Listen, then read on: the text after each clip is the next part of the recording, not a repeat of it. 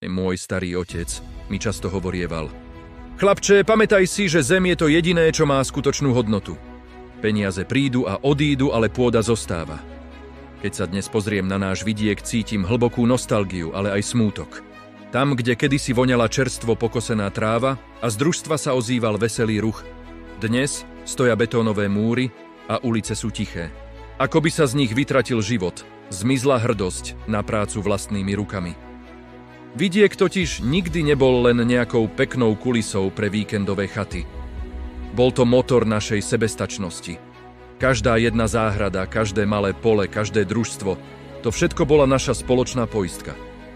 Poistka, že nech sa vo svete bude diať čokoľvek, my budeme mať vždy čo jesť. Grmila nás naša vlastná pôda, poctivo a bez chémie, ktorú nám dnes vozia z druhého konca sveta. Žiaľ, tejto slobody sme sa dobrovoľne vzdali. Vymenili sme vlastnú čerstvú úrodu za kamióny z cudziny a stali sme sa rukojemníkmi cien, ktoré neurčujeme my. Stratili sme schopnosť postarať sa sami o seba a to je tá najväčšia daň za ticho, ktoré dnes panuje na našich poliach. Už nie sme pánmi svojho jedla. A to je alarmujúce. My sa však odmietame len tak nečinne prizerať, ako sa naša zem mení na púšť a sklady zahraničných reťazcov. Preto vznikla táto iniciatíva. Vznikla z dola, od obyčajných ľudí, ako ste vy a ja. Od ľudí, ktorým táto zem nie je ľahostajná.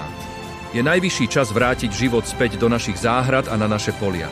Je čas, aby poctivá práca opäť mala zmysel a aby naše deti mali dôvod zostať doma, na Slovensku a budovať tú svoju budúcnosť.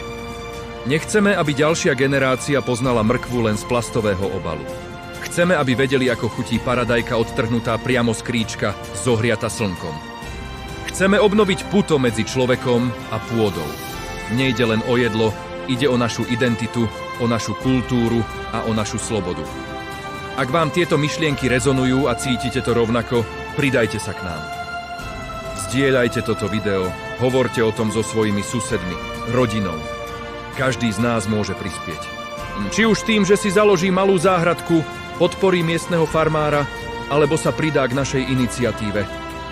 Spoločne máme silu zmeniť to. Urobme to, kým ešte máme čo zachraňovať. Pretože naša pôda je naše dedičstvo. Nenechajme si ho vziať. Ďakujem, že ste si našli čas a sledujte nás pre ďalšie kroky.